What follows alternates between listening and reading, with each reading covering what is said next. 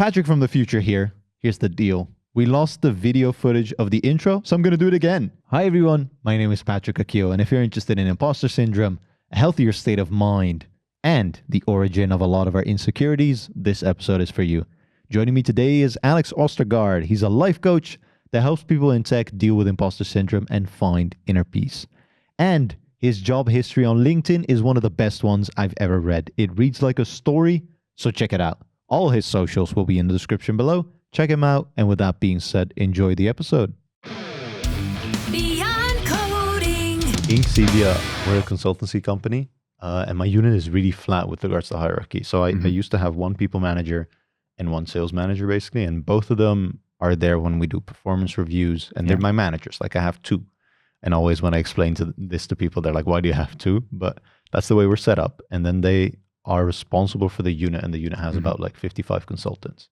Now we're trying something new because the people manager stepped away, which means we don't really have a people manager anymore. Yeah.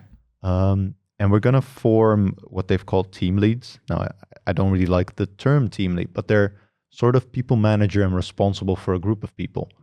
So a handful or maybe two hands full worth. And we're going through the interview process now, and I'm like, I'd really like to do this kind of role, right? It would be coaching people, helping with personal development, with performance, and more so well-being in a sense. Yeah. And I have in the back of my mind things that I would want to put into practice, but they're not very theoretical. Like I do a lot with regards to gut feeling and experience-based coaching, I guess. But what kind of resources have really helped kind of you hone your own skills in that way?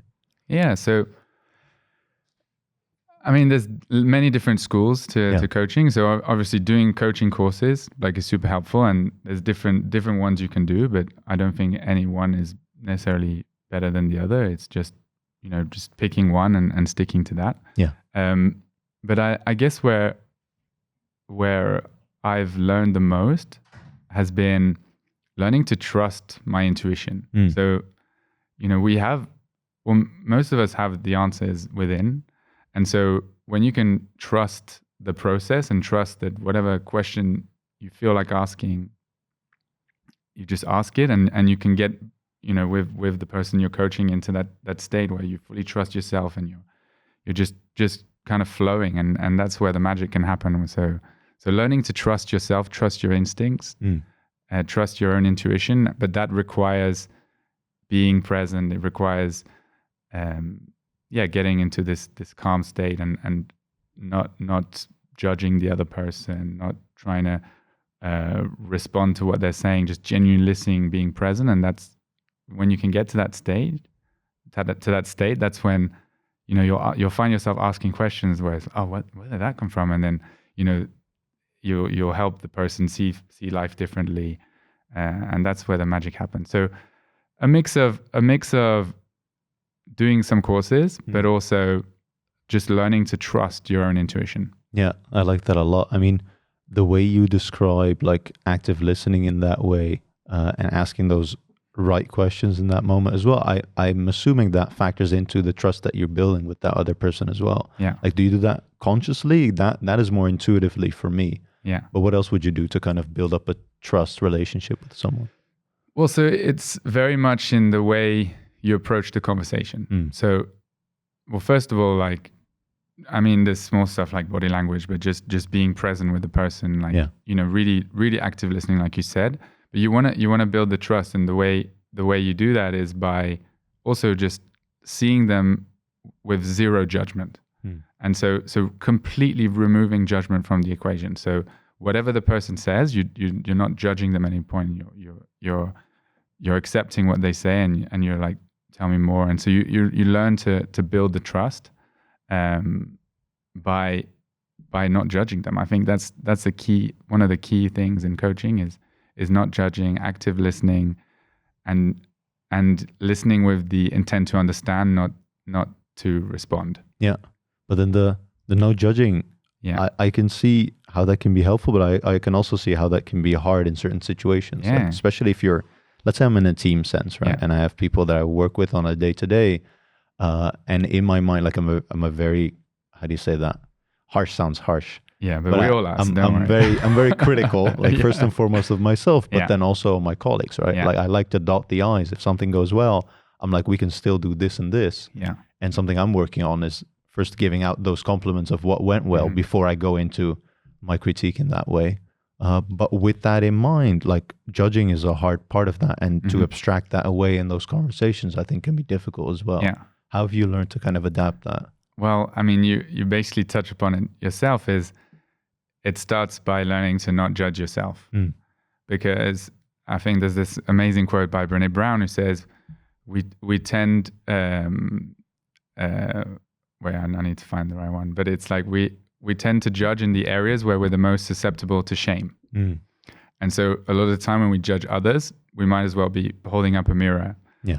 And like you said, like you're very hard on yourself, so then you're very hard on the other people, on your colleagues. So then if you work on judging yourself less, automatically you're going to judge other people less. Yeah, I like that. But it's not something I actively think, like, and it's really hard to then like, it's kind of my modus operandi. That's just who I am. Like, I would think it's hard to remove that, because that I feel like is also part of the reason why I've gotten this far in my career, or this early on, or what have you, is because of that kind of drive and criticism and drive to work harder, I feel like. But I know it's not sustainable. Yeah, exactly. Well, I mean, that's one of the biggest lies that many people believe, is that self-criticism is an actual like effective way to motivate yourself. And don't get me wrong, it does motivate you, but it's not the most efficient way. And that's why, you know, where what actually is a more efficient way is self-compassion. So it's actually being kinder to yourself. Yeah. And it's something that's very hard for us to comprehend, especially, you know, someone like you. You're saying that you being hard on yourself, your self-criticism is actually the reason why you're where you are now. And so I would potentially challenge that, because you don't know where you would be if you had been kind with yourself. So that's one thing. And then if you look at it, well, if you look at two scenarios where there's someone who's super hard on themselves and someone who's super loving with themselves, like who's more likely to start a business? The person who, if they fail, they're just going to get told off, they're going to get shouted at, or the person who knows that whatever they do, they're going to be supported and they're going to be loved. And so obviously it's the latter, right? And so what you don't realize is that with self-criticism, you might be holding yourself back from doing things that scare you. You're less likely to do things because you're more affected by the fear of failure and the consequences of that. And so, like you said, it's not sustainable, because in the long run, you actually might achieve less. And so when you focus on self-compassion and being kinder to yourself, judging yourself less, it actually empowers you to do more, to try more things. And, you know, if you think about when we approach a problem from like survival mode versus creative mode, you're gonna, you know, when you're creative, you're gonna find better solutions. It allows you to see a helicopter view of the bigger picture thinking, and so you might solve things. You might, you know, solve problems that you wouldn't be able to solve if you were being so hard on yourself. And so it's kind of cultivating this healthy environment within you that will ultimately allow you to do more over time. I like that a lot. Like, I've never seen it from that perspective. And when it comes to trying out new things, like, I do get that anxiety and that fear of failure, but also because this has been like my mode for so long, like I've figured out how to deal with that. Yeah. And then I feel like, okay, this is kind of where I find my stride, and this is where the anxiety pops up. Like I feel it, my heart is beating faster. Like I can pace myself. I know exactly like the symptoms and how to deal with that. But when it comes to being more compassionate, I feel like, or being more, like, I don't even have the words for them. That they're so hard for me. I feel like, how do you even start with that, being more empathetic towards yourself? Well, there's many different ways, but I mean, the main one you want to look at is, there's two ways I can go, but let's pick, like see two different ways. So the first one is you want to look at what's the reason for this. And a lot of the time, the reason for this, it stems from like a belief that most of us have, is that we feel that we're not good enough. And so that's a lot of what stems this being hard on yourself. And like, you know, we're all born into this world being good enough. Like when you come out as a baby, you're just crying and pooping, and you're not worried about what other people think of you. Yeah. But then maybe when you're 3 years old, you're running naked in the living room and you're going around like, whoa, having the best time. And then someone says, go put some clothes on. And so you're like, oh, maybe I'm not enough naked as I am. Yeah. And then maybe a few years later, the teacher asks a question in class and you're like, me, I got the answer. And you say the answer and it's wrong and everyone laughs at you. And then you're like, oh shit, maybe I'm not good enough. And then when something that happened to me was I get a really good grade at school, and I'm waiting for my dad to come home, super excited to tell him. And then he says, oh, why didn't you get better grade? And, classic parent response, right? But I remember that. Yeah, most people have experienced that. And so then you start cultivating this belief that you're not good enough.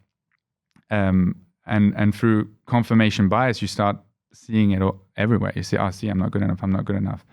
And the more you don't feel good enough, the more afraid you are of people finding out. And it starts creating this kind of little inner critic, inner voice in your head that's constantly telling you you're not good enough, you're not good enough. And you compensate by overachieving, you compensate by trying to be a perfectionist, you compensate by doing super well in your career or working at these big or great companies.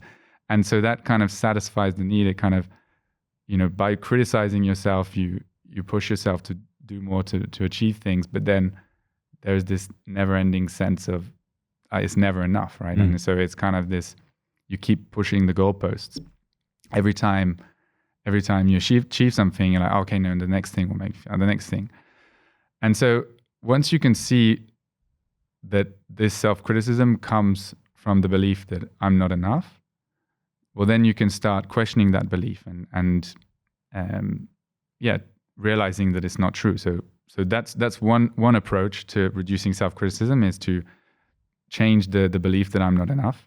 But that comes through a lot of introspection. It's like a lot of work on yourself and questioning, which is a lot easier to do with a coach than with yourself. Yeah. And then the second way, which is kind of also linked to that, is taking care of yourself. So it's through self-care. So when we take care of ourselves, take care of our needs, well, so for example, some of my needs are alone time. I need to have some alone time. Another one is physical exercise. Another one is quality time with my partner, or quality time with my friends, or learning and growing. And so when I'm satisfying these needs, well, and when you take care of yourself with good sleep, with good diet, you're essentially telling yourself that you love yourself. You're telling yourself that you value yourself. And so just by doing these things, you cultivate this sense of self-love and of self-esteem, which means that then you become less critical of yourself. And if you combine that with this belief that I am enough, and you can kind of do both of those at the same time, well, you become less judgmental automatically with yourself. You become kinder with yourself. And there's also a link here to setting boundaries. So when you say yes to something, you're automatically saying no to something else, right? And so if you don't know what your needs are, then when you say yes to something, you don't know what you're saying no to. So you might be saying yes to a late night meeting, but what you're actually saying no to is physical exercise or quality time with your partner. And so what that means is that your needs aren't going to be met, and then you're not going to feel as good about yourself, and it's just going against cultivating this self-love and I really recognize that, because lately I feel like I've been kind of in a slope. Like as you lay out your the things that you value and the things you do for self-love, like exercise is one of them. And I go bouldering now like once or twice a week, but I used to exercise more on a daily basis. And lately, time-wise, I don't know why, but work has gotten a bit more, how do you say that? It's just gotten more in my life in the way that it was before, or compared to the way it was before. And I do feel different. Like I felt a few months back, I felt more active, but the way that I've been working now, more so nonstop and in overdrive mode, I feel like, I do feel the consequences of that. And I feel like they're not lasting. Or how do you say that? It's not sustainable. But it's also hard to get out of that mode, I feel like, because once I'm in a stride, I'm exercising every day, I'm eating healthy, I'm spending the time that I need to, work-life balance is good. It's easy to keep that up. But once you kind of go, like life goes in a slope again, it's hard to get out of, I feel like. Well, the way I see it, it's a balancing act. You're constantly, going back and forth, testing, trying. And like the way I look at needs, they're like these buckets of water. So when all your needs are met, so when you have this great work-life balance, the buckets are full. And that's when you're at your best. You're the most creative. You're better at solving problems. You just feel great. You have more patience. But then once some of your needs start not being met, the water buckets get emptied, then you become less good at solving problems. You become a bit more stressed. You're maybe a bit grumpy. You'll be a bit shorter with people. And so it's realizing that there are consequences when we don't take care of our needs. And a lot of the time, like I'm a recovering people pleaser. I mean, I'm still definitely a people pleaser, but we tend to put other people's needs before our own. And we do that because it gives us a temporary sense of validation. So it makes us feel good for a very fleeting moment. But the actual long-term consequence of that is that it actually reduces our self-esteem. And so then we need validation even more. More of it. Whereas if you were better at saying no to people and taking care of your needs first, so the analogy of like on planes, you put the mask on yourself before you put it on others, because you need to help yourself first so you can help others more. Well, when you get better at that, then that increases your self-esteem, which in turn reduces your need to people please. And so that creates like this upwards positive spiral where you just, again, feel better, increase self-esteem, you become kinder to yourself, you become less dependent on outside things to feel good about yourself. I feel like I have to figure out my stuff. But it's a balancing act. So it's like, because you'll get into a good groove, and then maybe you might overdo the physical exercise, and then you neglect the alone time, and then you overdo work. And so we're constantly figuring this out. But the key is just being aware of your needs and being aware of like what you can actually do to meet them. And it's empowering because it gives you way more control over how you feel, and you become less dependent on external circumstances. Because at any point you can always ask yourself, okay, which one of my needs isn't being met? And then you might say, I haven't done physical exercise in a long time, or I haven't had some time alone. And so then you can set boundaries and tell the people around you, it's like, okay, I need some alone time, or I need to go out and do some sport, because the impact is that I'm not being present with you, I'm being grumpy, I'm not being my best self. And so when you learn to do that, you actually you end up doing more stuff over time, because it's just a way more sustainable approach and to living your life is regularly taking care of your needs. And if you focus too much on work and you're not taking care of your needs, at one point it's all going to crash. And so it's really about thinking long term, and the best way to achieve more over time is to just take care of your needs, maybe slow down from time to time so that you can speed up. I like that a lot. I feel like after this conversation, or after I'm going to re-listen to it, no, I want to write them down, because I do have in my head kind of what my needs are, but I feel like if I have them where I can see them, then I can also think of, okay, what's going well? What am I meeting? What am I not meeting? Because also I feel like if I don't like take care of my needs, time also flies by, and I feel like where'd the time go? Like we're like a week further. and I feel, or I have this feeling of like unfulfillment throughout that. Yeah. And it is something I need to work on. I feel like I can see how, because when people say they journal, I have no clue what they write about, Yeah. but I more so think that this is what I would want to write about. I feel like if I know what my needs are, then how throughout the day I have met them, what I feel is lacking, so I can actively and be more aware of what I need to work on then as well. And that's ultimately what it comes down to is awareness. And most of us, we've never asked ourselves these questions, and we go around, feeling grumpy and not realizing what's going on, because but when you're aware of your needs, then you can actually do something about it to meet them. And the best way, like you said, writing them down, because then you remind yourself of them. You because life gets in the way, we forget about stuff. But then if you have them written down somewhere, then you can be, oh yeah, that's true, and you're more likely to meet them more regularly. Yeah, I think so too. I'm gonna start doing that. I mean, on the way here, I was looking at your LinkedIn post actually, or not the post, but your LinkedIn profile, and I don't think I've read through a profile with as much joy as reading through yours. Like, I don't know if you did that on purpose or if you've gotten that feedback.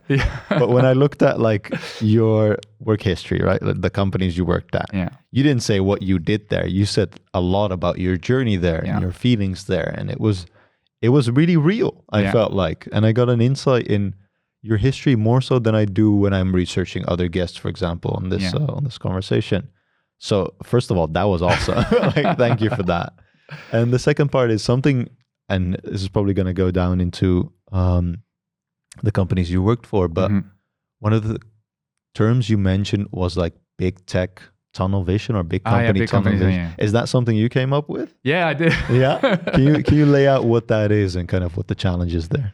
I think the first time it started was, so I got an internship when I was a student at Novo Nordisk, which is a big Danish pharmaceutical company, and the recognition and the validation that I got from that made me feel amazing. And so I remember getting business cards made as an intern for like zero need to them, but just so I could give them out to friends. And I had my badge when I was on the train. I would always make it visible so that the logo was there, because it gave me the sense of pride, gave me a sense of validation. And so that's one of the first times that I started to identify with the company that I work for. Yeah. And so then I got a job at Google and a job at Uber, and it gave me this sense of, like, it was, because like I said, the feelings of not being good enough, something I had throughout my childhood. Well, working at these companies kind of gave me a shield, a protective shield that made me feel better about myself, or at least kind of allowed me to hide the feelings of not being good enough that I had. And so I got to a point where I was like, well, now I have these companies on my CV. The only alternative is for me to either stay at the company or work at another big tech name. So like that be Facebook or Amazon or whatever. And so I kind of had this big company tunnel vision, where for me those were the only options, because if I went to another company or a startup, people would think, oh, he's as in he's that's a step back, down. A step down, exactly. And so that limited me a lot, and it added a lot of pressure. Especially, back in the day, there weren't that many big tech companies in Amsterdam. Yeah. And so if things didn't work out at Uber, then I was screwed. And so, so it added this huge pressure to do well and do well in those companies. So but I don't think it's bad to like where you work and be proud of the company like you work with, because you do cool stuff there and you're happy, right? Yeah. But when does it get like toxic in that way that you have that feeling of I can't get away from this, or otherwise people look down on me and it's a step down? Yeah. Well, that's when it comes from an unhealthy place. Yeah. And so again, it comes back to the belief that I'm not enough. And so if you're kind of compensating for these feelings of insecurity by working in a place, it's when you kind of depend on external factors to feel good about yourself. When you're putting how you feel into the hands of something else. So where you work or your job or whether you're going to get promoted. And so it's, putting your happiness or basing your happiness or how you feel about yourself on external things. And that's when it becomes unhealthy because it gives a lot of pressure. It puts a lot of pressure on you to succeed and do well in these things. And like most of us have experienced, it's like I said, the moving the goalpost. It doesn't matter, if you every time you think, oh, then I'm finally going to be happy. Oh, this will finally make me happy. Well, it's never the case. No, it's the next goal. Yeah, because you're putting everything on external things to make you feel good. And I actually haven't watched this documentary, but I've heard a lot of great feedback on it. It's called The Weight of Gold. Okay. And it talks about how Olympic athletes, so once they get the gold medal and they still don't feel happy, the whole world shatters because, there's nothing further than that. Yeah, that's the end goal. Yeah, it's the end goal. And then if they're still not happy even after that, well, then a lot of them go into deep depression and yeah, what's left? Yeah. Interesting. And so I think your question was, that there's nothing. It's also good to enjoy your place of work, but what's the difference between it being good and it being unhealthy? Well, the answer is when it's coming from this place of lack as opposed to this place of expansion. Yeah, I get that. Like I know a lot of people that work in big tech companies, and it's hard for me to say if they're happy or not, but if they're really enjoying their job, like sometimes the way they talk about it, I feel like there is something lacking there. But then again, they are at a really amazing big tech company, right? Yeah. And the benefits and the compensation is amazing. So stepping away from that and getting to a job that fulfills them more is going to be a trade-off, right? Because they might not have, well, first of all, that stature of working at a big tech company. Yeah. People might see it as a step down and question it. Yeah. But in turn, they might be unhappy with the position they are at right now. Yeah. And especially in this market, when they're seeing LinkedIn posts and 10,000 people being laid off at a night's notice, I feel like it's very hard to then open up that conversation and be like, are you actually happy with what you're doing? And even if they recognize that, then what is the alternative? Because they are always going to look at the company that they're at and look for something similar with regards to where they came from. I feel like it's really hard to get out of that tunnel vision then. Yeah. Well, and that's what, a lot of my clients, they suffer with is also when things are going well and, if you feel deep down you're not enough, but things are going well and you keep getting promoted or you get, and a lot of the times when things get hard, people will just put a Band-Aid over the problem by, I'll switch companies. So I'm not happy, I'll switch companies, or I'll move to a different city. Yeah. But yeah, so when you have this kind of progression and you feel like, I'm moving forward, then it kind of covers up these feelings of insecurity. But then all it takes is just one event, and that can be a bad manager, or it can be getting laid off or not being accepted in a job interview. And suddenly all your insecurities will come back up and resurface. And that's the consequence of you, again, putting so much weight on external factors to feel good about yourself. And so one of my clients, there's I have a few examples, but like one of my clients, so she was working for a huge tech company, famous tech company, had an amazing job, like career progression, she got promoted, things are going good. And then she had a bad manager and she started doubting herself. She started doubting her own abilities. And so when we worked together, we realized that, all this was linked to this deeper belief that she didn't believe she was smart. She didn't believe she was good enough. And so being with this bad manager had brought all this stuff up. And so she was, really doubting herself, and she was afraid to speak up and like suffering from stress, anxiety, because she was afraid of being found out. Yeah. And so we worked together, and we worked on changing these beliefs. We worked on on her getting to know herself better, so that she could start, trusting herself again, and knowing herself so well that she doesn't need to be anyone else, and realizing that actually this came from childhood, because she had always been compared to her brother, and her parents had always said, "Oh, you're the smart one, you're the smart one," and so she felt this pressure. Yeah. And so it was just a lot of pressure, whereas deep down she always didn't feel enough. So we uncover these things.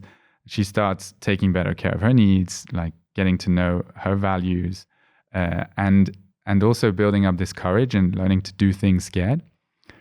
And just within a few months, she completely turned things around, and she actually switched roles within the company because she was confident to do that.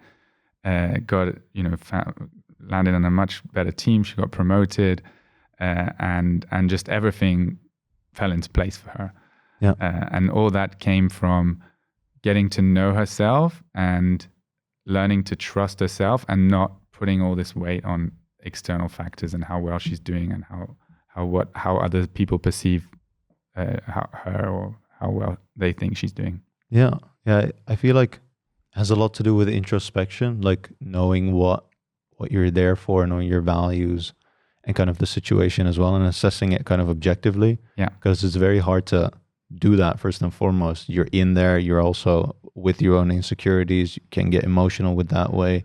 Yeah. It's easier to shut down. Like, it's just easier to neglect it, yeah, rather than looking at it objectively. Yeah, and then there's really this idea of when you're in survival state, you're kind of clawing to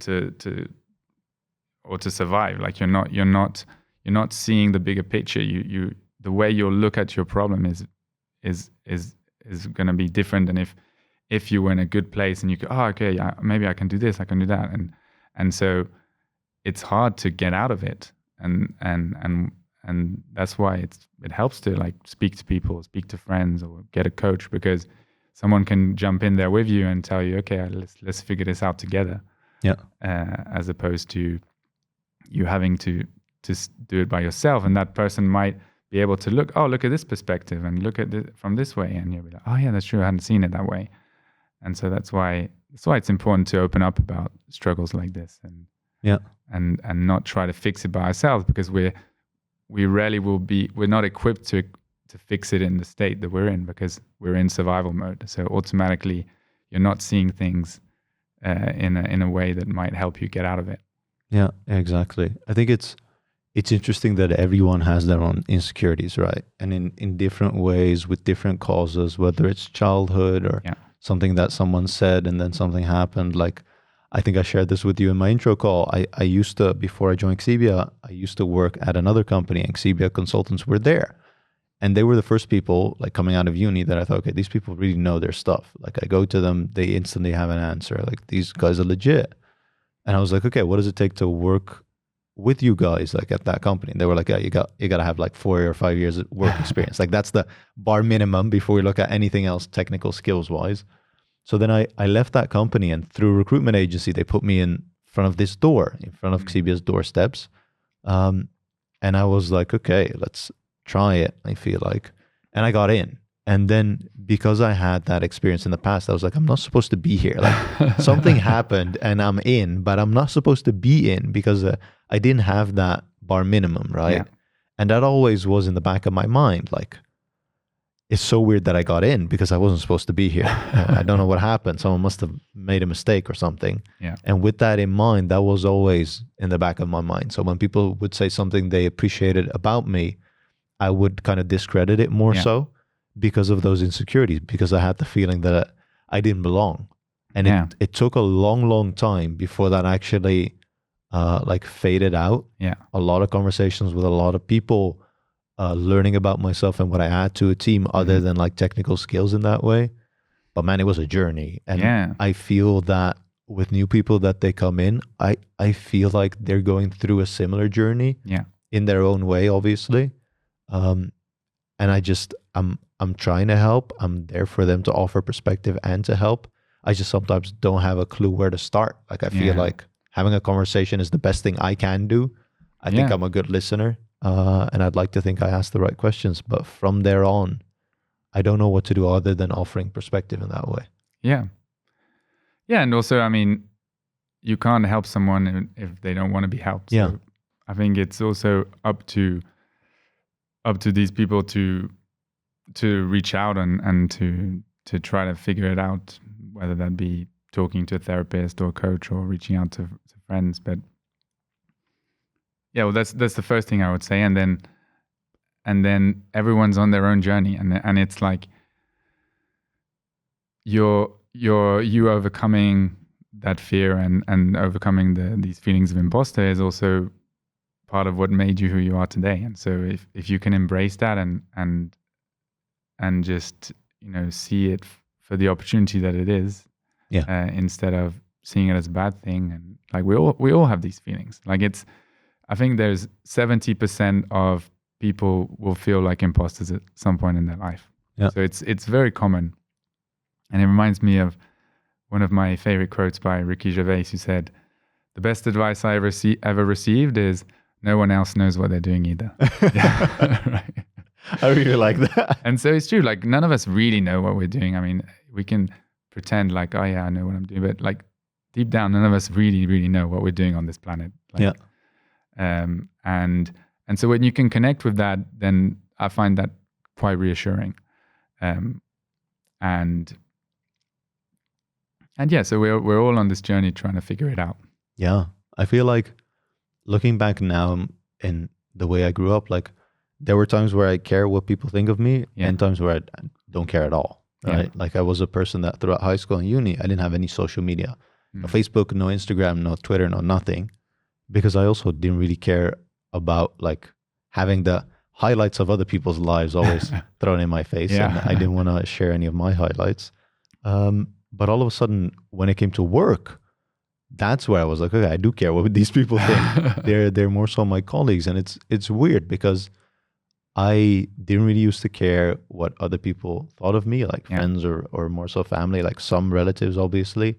But when it came to colleagues, obviously, or not obviously, all of a sudden, that was real for me. I did care. And I held a lot of value in what they thought of me in this kind of high pressure environment where I thought everyone was really smart and really good at what they do. I also wanted to belong in that way. So that is the first time where I was like, okay, in this environment, like it was really uncomfortable. Well, and I might challenge the fact that when you say I didn't care what people think of me, you probably did care, but then you avoided it, right? And so because it didn't affect you. No. Whereas then when you in the workplace, like it affects you because I guess your colleagues, you know, you get the feedback on whether you're good enough to keep your job. And so what they think of you becomes important because it's, you know, it's linked to your ability to earn money, and especially if you're attaching some part of your self-worth to how well you're doing. Well, then they influence that. They have a say in that, and so it makes sense that you would, you know, put so much value on what they think of you. Yeah, that's a good point because I was being judged. You were. And you said belonging, and because that's what it ultimately comes down to, is the fear. The fear of judgment comes from, well, the fear, because if we're judged, like if you think of it from an evolutionary perspective, if you get judged or if you're like deemed to not be good enough, then you get rejected by the tribe and you die. So from an evolutionary perspective, like it makes sense that we would fear judgment because it's essentially fearing death. But right now there is no danger of death. Like so but sometimes I guess our bodies forgets that, and we forget that if we do get judged, we're still going to be fine. And so that's just an interesting take on it as well. I mean, for me, it's also interesting because like I do this podcast, and I told you before the show, like the person I started it up with said I'll facilitate everything you need, and I raised my hand real quick, not thinking about any of the consequences, basically. And a lot of my colleagues or more so new people as well ask like, weren't you afraid of what people were going to think of you, like judging your voice or what have you? And those thoughts didn't even cross my mind. Like I had so much fun throughout the process, especially early on, because everything was new and everything was being facilitated and everything was going real fast, that I didn't even stop and think of, what if people don't like the sound of my voice or anything like that? Even like it didn't even cross my mind, which is like I put out content for others to listen to, and they also have a certain feeling with that and can judge that. Yeah. But it didn't even cross my mind, which is weird because maybe it's a bit more vague. I just throw something in the fold and I don't really care what people think. I'm happy if people listen to it. Yeah. But the feeling of being judged doesn't really affect me in that way, the way that it does in real life, in kind of a job sense, in a work environment sense. That's interesting. And why do you think that is?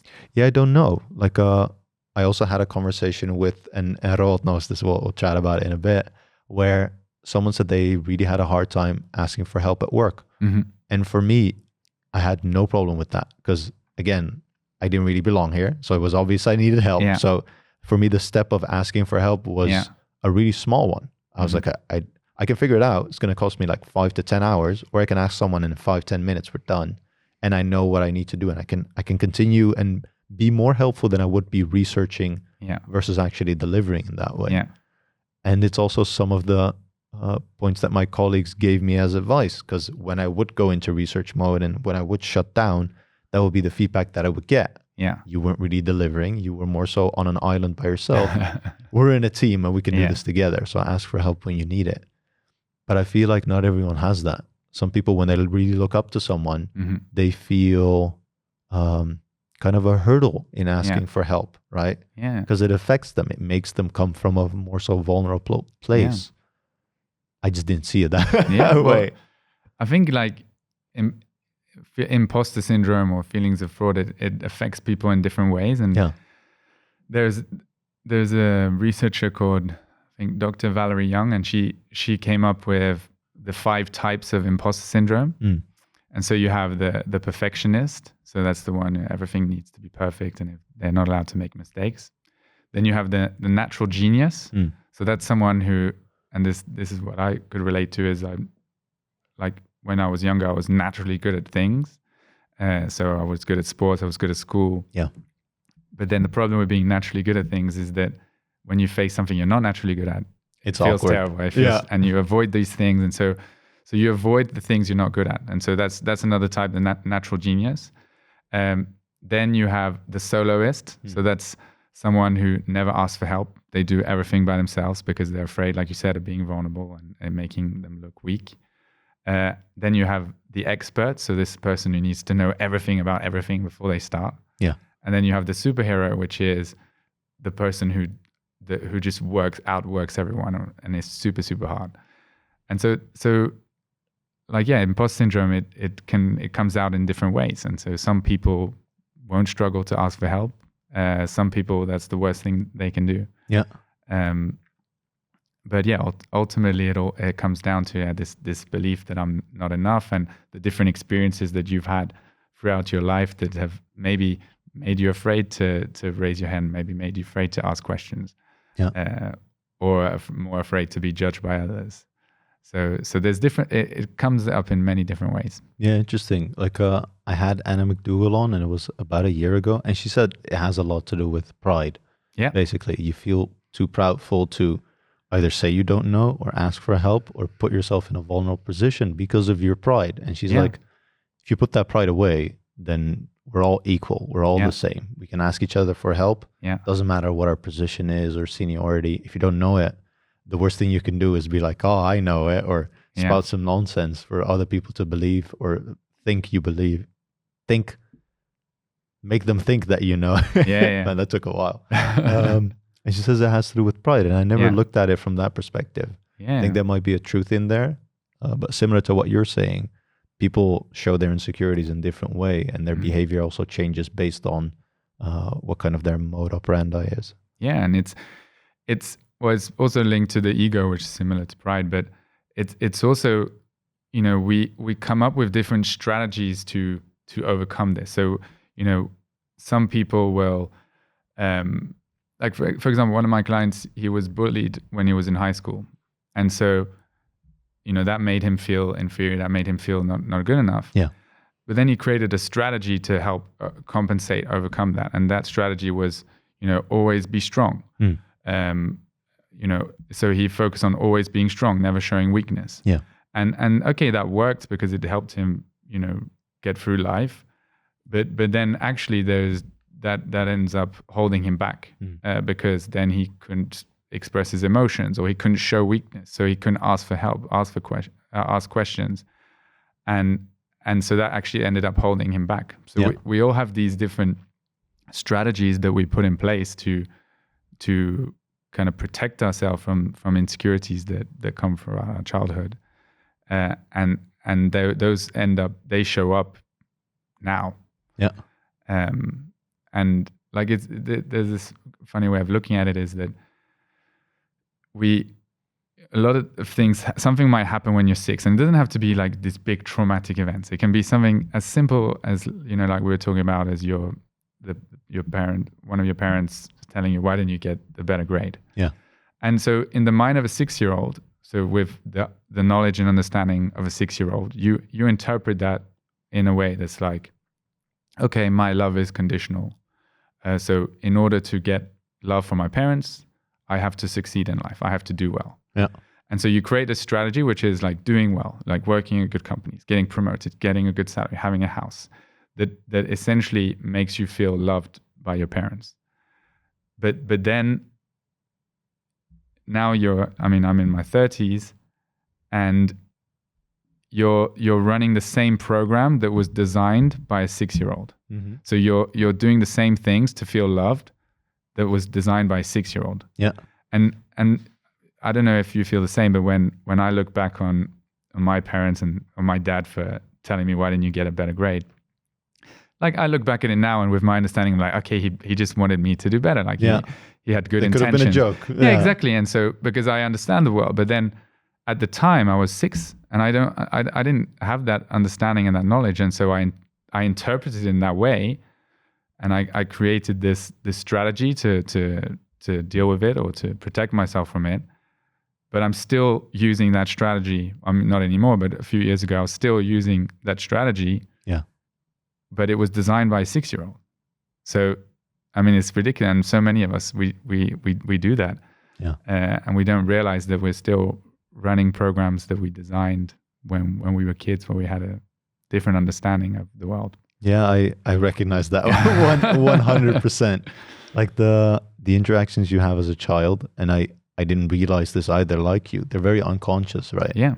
And simple words that you just might remember because you remember that instance. Yeah. Doesn't even have to be a big event or something. You just remember it because it had an impact on you. Yeah. It left an imprint in your memory in that way. Yeah. Yeah, it does change your behavior. Yeah. Which is so strange. Like it also makes me think parenting is really hard. Yeah, exactly. Well, and it's not about blaming, because every parent comes with baggage from their previous parents, and everyone's doing their best, right? It's not about blaming, but kind of understanding where that comes from. And there's one of like a coach that I follow. He's called Rich Litvin, and he says, even though he's one of the best coaches in the world, he says, like, one day my kids, they will go to therapy because of something I told them with zero intention of hurting them or harming them. Yeah. And so you can't control that. Like, as in, you're gonna mess up as a parent, because it's so complex and so hard, and it takes nothing, right? It takes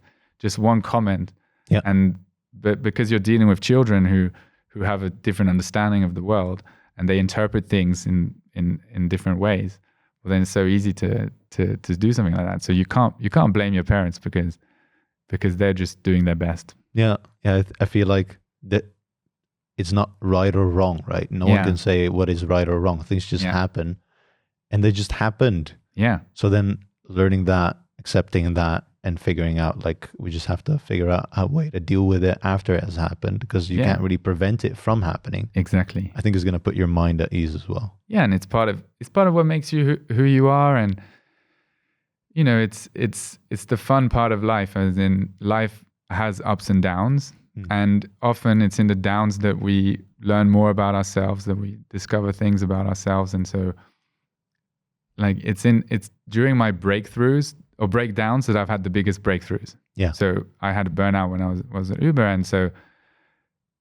at the time it was the worst thing that could ever happen to me. But now I look back and I'm like, I'm so happy that happened, because it put me on a different path, and it allowed me to see things differently and start looking internally for solutions, as opposed to depending on the outside to make me feel good. And so, yeah, once you can start embracing these parts of your life and learning from them and seeing life as happening for you, not to you. Yeah. Well, then you're more empowered to just live the life how you want to live it, and find meaning in these past experiences, and that's an empowering way to live your life. Yeah, it's the joy of life. Yeah, for sure. Cool, man. I want to round it off here, Alex. Yeah. Thank you so much, man. This was a lot of fun. Oh, thanks, Patrick. It was really, really cool. Is there anything you still want to share with regards to the things we covered? Anything you feel like has left unsaid? No, I think we covered pretty much everything, and like, yeah, I mean, yeah. No, I've got nothing. Sorry. No, I always throw this curveball at the end with people. So sorry about that. No, that's all right. I love it. Cool. We're going to round it off here. Thank you so much for listening. I'm going to put all Alex's socials in the description below. Check him out. Let him know you came from our show. And with that being said, thank you for listening. We'll see you on the next one.